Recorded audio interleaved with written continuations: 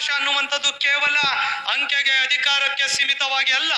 ನಾವು ಈ ರಾಜ್ಯದ ನೌಕರ ಹಿತವನ್ನ ಕಾಪಾಡಬೇಕು, ಅವರ ಬದುಕಿಗೆ ಒಂದು ಹೊಸ ಶಕ್ತಿಯನ್ನು ತುಂಬಬೇಕು, ಒಂದು ಹೊಸ ಆಯಾಮದ ಕಲ್ಪನೆಗಳನ್ನ ಇಟ್ಕೊಂಡು ಕೆಲಸ ಮಾಡಬೇಕು ಅಂತ ಹೇಳಿ ಅವಕಾಶ ಕೊಟ್ಟ ಸಂದರ್ಭದಲ್ಲಿ ಸಾಕಷ್ಟು ಯೋಜನೆಗಳನ್ನು ಮಾಡಿ ಗುರಿಗಳನ್ನ ಇಟ್ಕೊಂಡು ಆತ್ಮವಿಶ್ವಾಸದಿಂದ ಈ ಸಂಘಟನೆಯನ್ನು ಕಟ್ಟುವಂತ ಕೆಲಸವನ್ನ ಮಾಡ್ತಾ ಇದ್ದೇವೆ. ಇವತ್ತು ರಾಜ್ಯ ಸರ್ಕಾರಿ ನೌಕರ ಸಂಘದ ಬಗ್ಗೆ ಜನಪ್ರತಿನಿಧಿಗಳು, ಸರ್ಕಾರ, ವ್ಯವಸ್ಥೆ, ಸಮಾಜ, ಸಮುದಾಯ ಎಲ್ಲರೂ ಕೂಡ ಒಳ್ಳೆ ಮಾತುಗಳನ್ನು ಆಡ್ತಾ ಇದ್ದಾರೆ. ಯಾವುದೇ ಪೇಪರ್ ನಲ್ಲಿ ಸರ್ಕಾರಿ ನೌಕರ ಸಂಘಟನೆ ಸರಿ ಇಲ್ಲ, ಕೆಲಸ ಮಾಡ್ತಾ ಇಲ್ಲ, ಜಿಲ್ಲೆ ತಾಲೂಕಲ್ಲಿ ಅತಂತ್ರದಿಂದ ಕೂಡಿದೆ, ರಾಜ್ಯದಲ್ಲಿ ಕೆಲಸ ಮಾಡ್ತಾ ಇಲ್ಲ ಅನ್ನುವಂತಹ ಒಂದು ಹೇಳಿಕೆ ಯಾವ ಪತ್ರಿಕೆ ಮಾಧ್ಯಮದಲ್ಲಿ ಬರ್ತಿಲ್ಲ. ಅದ್ರ ಜೊತೆ ಸಾಮಾಜಿಕ ಜಾಲತಾಣದಲ್ಲಿ ಬರ್ತಾ ಇಲ್ಲ.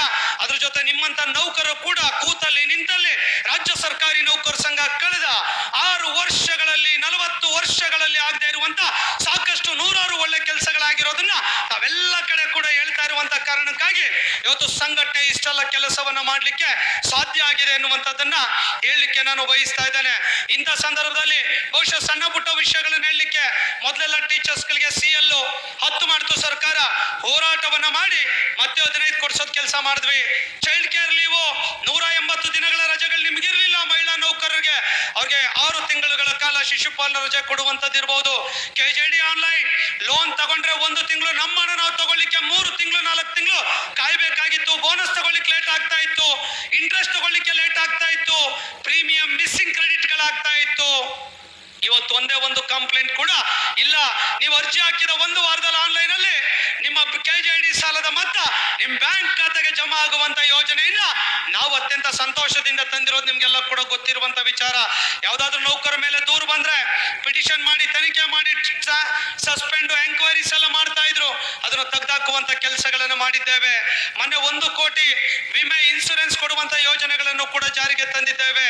ಅದ್ರ ಜೊತೆ ಸಾಕಷ್ಟು ನೀವು ಯೋಚನೆ ಮಾಡ್ಲಿಕ್ಕೆ ಸಾಧ್ಯ ಇಲ್ಲ. ಕೋವಿಡ್ ಸಂದರ್ಭದಲ್ಲಿ ನಿಮ್ಮೆಲ್ಲ ಸಂಬಳವನ್ನು ಇಡಬೇಕು ಅಂತ ಹೇಳಿದಂತ ಸಂದರ್ಭದಲ್ಲಿ ಯಾವುದೇ ಸಂಬಳ ಹಿಡಿದೇ ಇರುವಂತ ತೀರ್ಮಾನಗಳು, ಈ ರೀತಿಯಾಗಿ 25 ಸರ್ಕಾರಿ ಆದೇಶಗಳನ್ನ ಮಾಡುವ ಮೂಲಕವಾಗಿ ನೌಕರ ಮನಸ್ಸಿನಲ್ಲಿ ರಾಜ್ಯ ಸರ್ಕಾರಿ ನೌಕರ ಸಂಘ ಚಿರಸ್ಥಾಯಿಯಾಗಿ ಉಳಿಯುವಂತ ಕೆಲಸವನ್ನ ನಾವೆಲ್ಲರೂ ಕೂಡ ಸೇರಿ ಮಾಡಿದ್ದೇವೆ ಎನ್ನುವಂಥದ್ದನ್ನ ಬಹಳ ಅಭಿಮಾನದಿಂದ ಈ ವೇದಿಕೆಯಲ್ಲಿ ನಾನು ಹೇಳಲಿಕ್ಕೆ ನಾನು ಬಯಸ್ತೇನೆ.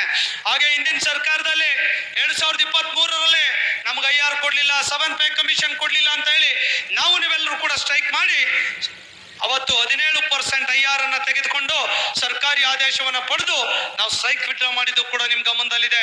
ಅದಾದ ನಂತರ 7th ಪೇ ಕಮಿಷನ್ ಕಾನ್ಸ್ಟಿಟ್ಯೂಟ್ ಆಗಿತ್ತು.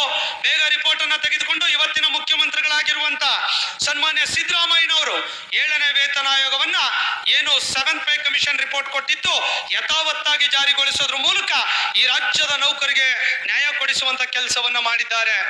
ನಮ್ಮ ನೌಕರಿಗೆ ಏನ್ ಸಮಸ್ಯೆ ಅಂದ್ರೆ, ಈಗ ಕೊಟ್ಟಿದ್ದಾಲೆ 1 ವರ್ಷ ಆಗೋಯ್ತು ಸರ್, ಮತ್ತೇನಾದ್ರೂ ಬರೋದಿದ್ರೆ ಜೋರಾಗಿ ಚಪ್ಪಾಳೆ ಹೊಡಿತೀವಿ ಅಂತ ಹೇಳುವಂತ ಮಾನಸಿಕತೆ ನಮ್ಮಲ್ಲಿ ಬಂದ್ ನಿಂತಿದೆ. ಯಾಕೆ ಈ ಮಾತನ್ನ ಹೇಳ್ತೇನೆ ಅಂದ್ರೆ, ಇವತ್ತು ಹೇಗೆಲ್ಲ ಅಂದ್ರೆ ನಾವೆಲ್ಲ ಶಾರ್ಟ್ ಟರ್ಮ್ ಅಲ್ಲಿ ಯೋಚನೆ ಮಾಡ್ತೇವೆ, ಲಾಂಗ್ ಟರ್ಮ್ ಯಾವ್ದು ಯೋಚನೆ ಮಾಡೋದಿಲ್ಲ.